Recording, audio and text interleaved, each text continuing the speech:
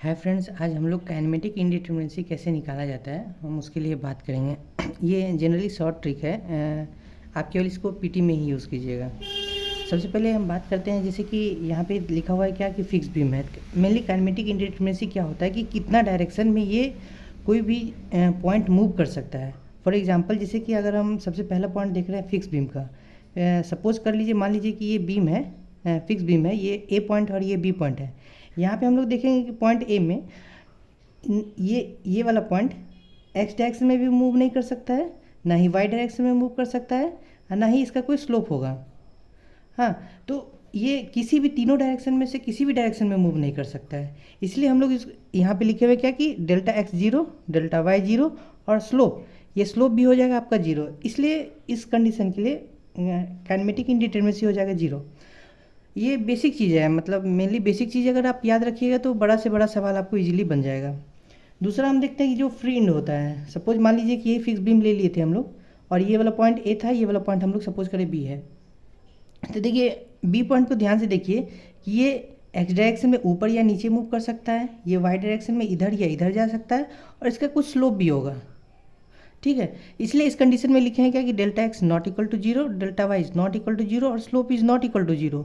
इसलिए kinematic indeterminacy 3 है, मतलब क्या कि ये 3 डायरेक्शन में मूव कर सकता है, एक्स डायरेक्शन में भी, वाई डायरेक्शन में भी, और इसका एक स्लोप भी होगा। और फिक्स बीम ना एक्स डायरेक्शन में मूव कर सकता था, ना वाई डायरेक्शन में मूव कर सकता था, और इसका स्लोप भी नहीं होता। अब हम तीसरा कंडीशन की बात करेंगे। एक होता है रोलर सपोर्ट के लिए। मान लीजिए कि ये बीम मान लिए थे, ये ए पॉइंट हो जाता है, और ये वाला अगेन बी पॉइंट हो जाता है, और ये वाला हो गया आपका रोलर। यहाँ पे रोलर है, इसको थोड़ा ध्यान से देखिएगा। जो रोलर होता है ना, वो ये हो गया एक्स डायरेक्शन, मतलब ये क्या, एक्स डायरेक्शन में मूव नहीं कर सकता है, और ये मूव क्या करेगा, वाई डायरेक्शन में मूव करेगा, और स्लोप में मूव करेगा, मतलब थीटा इसका होगा कुछ। मतलब क्या कि delta x equal to zero means क्या कि ये इस डायरेक्शन में मूव नहीं करेगा, और delta y equal to zero मतलब क्या कि इस डायरेक्शन में मूव कर सकता है, और स्लोप भी होगा इस पॉइंट पे। इसलिए डी के इक्वल टू टू, मतलब क्या कि डेल्टा एक्स डायरेक्शन में मूव करेगा और स्लोप में इसका कुछ होगा, तो ये 2 डायरेक्शन में मूव करेगा, तो इसलिए हो गया डी के इक्वल टू टू। तो मेनली हम लोग कंक्लूजन यही जान रहे हैं ना कि काइनेमेटिक इंडिटरमिनेसी कितना डायरेक्शन में वो मूव कर सकता है। अगेन हम देख लेते हैं कि जैसे फिक्स बीम में किसी भी डायरेक्शन में मूव नहीं कर सकता है, डी के equal to zero. Free end ये तीनों डायरेक्शन में मूव कर सकता है, एक्स भी, वाई भी, स्लोप भी, इसलिए इसका डी के इक्वल टू 3 हो जाएगा।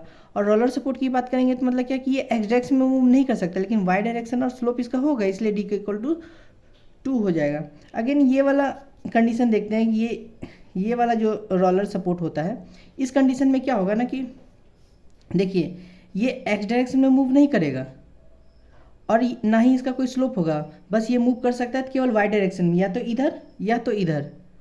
इसलिए ये क्या हो जाए, डी के इक्वल टू 1, मतलब क्या कि ये एक्स डायरेक्शन में मूव नहीं करेगा, ना ही इसका कोई स्लोप होगा, ये केवल मूव करेगा मतलब वाई डायरेक्शन, या तो इधर या तो इधर। तो सिंपली यही होता है कि काइनेमेटिक इंडिटरमिनेसी कितने डायरेक्शन में वो मूव कर सकता है। ये बेसिक चीज़ आपको याद रखना है हमेशा के लिए। फिक्स्ड इंड का डी के इक्वल टू 0 होता है, फ्री का डी के इक्वल टू 3 होता है, रोलर सपोर्ट का 2 होता है, और इस टाइप का अगर रोलर रहेगा तो डी के इक्वल टू 1 रहेगा। ये बेसिक है, ये हर टाइम आपको काम देगा। नेक्स्ट हम लोग निकालने का तरीका देख लेते हैं। जैसे कि फॉर एग्जांपल हम ले लिए फ्रेम का। इससे पहले हम लोग देखे थे कि ये, अब हम लोग जो बेसिक पढ़े थे उसी के बेसिस पे हम लोग सवाल सॉल्व करने का कोशिश करेंगे। हम लोग पहले देखे थे कि देखिए मान लीजिए कि ये सपोज ये फ्रेम है, ये ए पॉइंट है, ये वाला बी पॉइंट है, ये सी पॉइंट है, और ये डी पॉइंट है। ठीक है ना, तो यहाँ पे देखते हैं क्या कि देखिए ये फिक्स्ड बीम है, तो ये फिक्स्ड हो जाएगा, तो यहाँ डी के इक्वल टू 0 हो जाएगा। पहले बताया था ये पॉइंट हिंज ये तीनों डायरेक्शन में मूव कर सकता है, तो इसलिए यहाँ पे डी के इक्वल टू 3 हो जाएगा, यहाँ पे भी डी के इक्वल टू 3 हो जाएगा, और ये डी के इक्वल टू 0 हो जाएगा। तो अगर आपसे पूछेगा कि इस फ्रेम का डी के मतलब काइनेमेटिक इंडिटरमिनेसी बताने के लिए, तो ये क्या हो जाएगा, ये हो जाएगा 0, ये ए पॉइंट का 0 प्लस 3 और प्लस 0, आप इसको जोड़िएगा तो ये 6 हो जाएगा। मतलब क्या कि इस फ्रेम का डी के इक्वल टू आपका 6 हो जाएगा। अब हम लोग इसे बड़ा फ्रेम का बात करते हैं।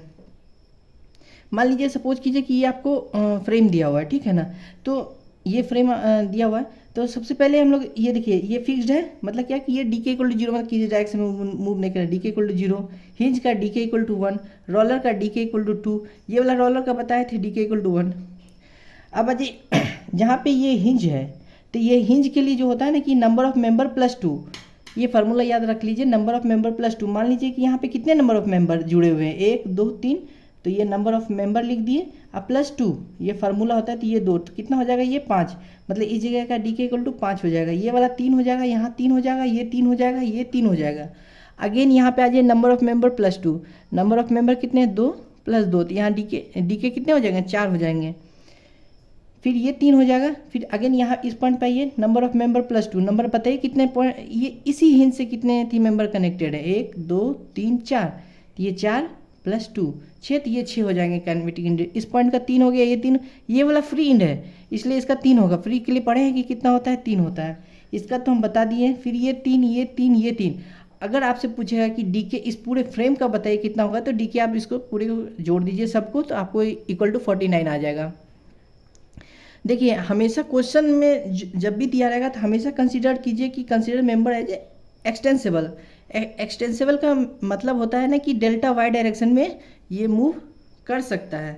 अगर हम बात करेंगे कि इनएक्सटेंसिबल बीम का, इनएक्सटेंसिबल बीम के लिए देखिए सिंपली फार्मूला होता है, क्वेश्चन में मेंशन रहेगा तभी आप इसको थी इनएक्सटेंसिबल निकालिएगा। ऐसे अगर जनरली क्वेश्चन सिंपल दिया हुआ है और कुछ भी नहीं लिखा हुआ है तो हम लोग कंसीडर हमेशा एक्सटेंसिबल बीम के लिए करते हैं।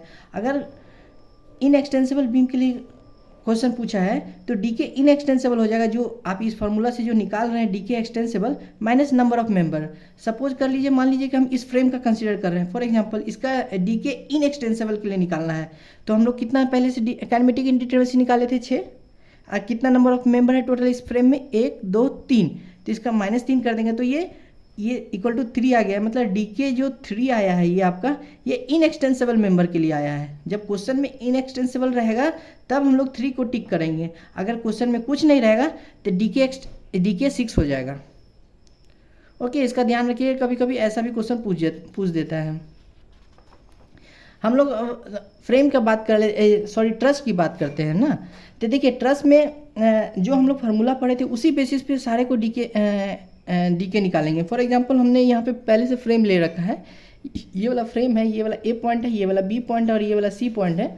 तो देखिए हम लोग जान रहे थे कि हिंज के लिए कितने होते हैं, 1 होते हैं। डी के इसके लिए कितना होता है, 1 होता है, ये भी हिंज हो गया। और इसके लिए कितना होता है, 3 होता है। तो हम लोग इसको सबको काट करके -1 कर देंगे, मतलब 1 - 1 ये क्या हो जाएगा, 0। ये 1 - 1 ये क्या हो जाएगा, 0। और ये 3 - 2 3 - 1 इक्वल टू कितना हो जाएगा, 2। तो यही डी के हो जाएगा इस पॉइंट का, ये हो जाएगा 0, मतलब इस पॉइंट का डी के ये हो जाएगा। 1 - 1 इक्वल टू 0, मतलब इस पॉइंट का डी के ये हो जाएगा। अब बोलिएगा कि आपने -1 क्यों किया। देखिए -1 इसलिए करते हैं क्योंकि हम लोग जानते हैं कि डी के मतलब कि कितना डायरेक्शन में वो मूव कर सकता है, मतलब कि डेल्टा एक्स डायरेक्शन में या फिर डेल्टा वाई डायरेक्शन में या फिर स्लोप। देखिए इस कंडीशन में क्या होता है ना कि फॉर कोई भी स्ट्रक्चर को ट्रस्ट होने के लिए ये जो होता है ना रोटेशन नहीं होना चाहिए किसी भी पॉइंट पे, इसीलिए हम लोग यहाँ पे माइनस कर देते हैं। फॉर एग्जांपल देखिए ये वाला पॉइंट एक्स डायरेक्शन में मूव कर सकता था, वाई डायरेक्शन में भी मूव कर सकता था और इस पॉइंट पे स्लोप भी होता। लेकिन कोई भी स्ट्रक्चर को स्लोप होने के लिए उस पॉइंट पे कोई भी स्ट्रक्चर को ट्रस्ट होने के लिए उस पॉइंट पे थीटा जो होता है ना दैट इज रोटेशन, वो हमेशा 0 होना चाहिए, मतलब कि वो कभी भी संभव नहीं है, वो फिक्स्ड है, रोटेशन नहीं होना चाहिए उस पॉइंट पे, रोटेशन नहीं होना चाहिए। ये 2 ही डायरेक्शन में मूव कर जा रहा था, इसलिए देखिए इसलिए डी के इक्वल टू 2 लिखे हैं। या फिर सिंपल जो ट्रिक हम बताए हैं क्या कि जो पहले से आप जानते हैं, इस पॉइंट का 1 होता है, इस पॉइंट का 1 होता है, इस पॉइंट का 3 होता है। भैया ट्रस है तो एक सब में घटा दीजिए, 1 - 1 = 0, 1 - 1 = 0 और 3 - 1 = 2, मतलब इस पॉइंट का डी के 2 हो जाएगा, इस पॉइंट का 0 हो जाएगा, इस पॉइंट का 0 हो जाएगा, जोड़ दीजिए तो डी के इक्वल टू 2 हो गया। तो ये सिंपल फार्मूला है। हम ये बेसिक क्लियर करने के लिए बताएं कि ये 2 कैसे हुआ, मतलब क्या कि ये एक्स डायरेक्शन में मूव करेगा और वाई डायरेक्शन में, इस पॉइंट पे स्लोप नहीं होगा। क्योंकि अगर स्लोप होगा तो वो ट्रस होगा ही नहीं। अगेन कभी कभी कंडीशन आता है फॉर द रिजिड जॉइंट के लिए, मान लीजिए कि ये वाला पॉइंट है, ये वाला पॉइंट रिजिड जॉइंट होता है। भाई अब हमको इसका डीके निकालना है, तो देखिए क्या होगा ना, इस पॉइंट के लिए 0 हो जाएगा, इस पॉइंट के लिए आपका क्या हो जाएगा, 0 हो जाएगा। अब अगेन इस पॉइंट पे आते हैं, मतलब 3 होगा, मतलब कि डेल्टा एक्स डायरेक्शन में मूव करेगा, डेल्टा वाई होगा और इस पॉइंट पे कुछ स्लोप होगा। अगेन इस पॉइंट पे भी आते हैं तो डेल्टा एक्स होगा, डेल्टा वाई होगा और स्लोप होगा। चूँकि ये दोनों points all points are rigid joints, तो इसलिए क्या होता है ना कि जो डेल्टा एक्स इस डायरेक्शन में मूव करेगा वही सेम इस डायरेक्शन में मूव करेगा। मतलब ये डेल्टा एक्स इस बी पे पॉइंट पे और डेल्टा एक्स सी पॉइंट पे इक्वल है, इसीलिए हम लोग यहाँ पे 3 नहीं लिखे हैं, इसलिए हम लोग यहाँ पे 2 लिखे हैं। समझ गया ना। तो इसलिए अगेन फिर इस स्ट्रक्चर का डीके अगर कोई बोलेगा निकालने के लिए तो डीके इक्वल टू क्या हो जाएगा, ये 0 हो जाएगा। मतलब कितना हो जाएगा डीके 3 + 2 = 5। ये आपका डिग्री ऑफ काइनेमेटिक इंडिटरमिनेसी हो गया। अगेन ये रिमाइंडर देना चाहते हैं ना कि हम डीके जो निकाल रहे हैं हम लोग हमेशा एक्सटेंसिबल मेंबर के लिए निकालते हैं। अगर क्वेश्चन में कुछ भी नहीं दिया हुआ है तो ऑलवेज कंसीडर एक्सटेंसिबल मेंबर। अगर इनएक्सटेंसिबल दिया हुआ है तभी आप इनएक्सटेंसिबल के लिए निकालिएगा। Thank you.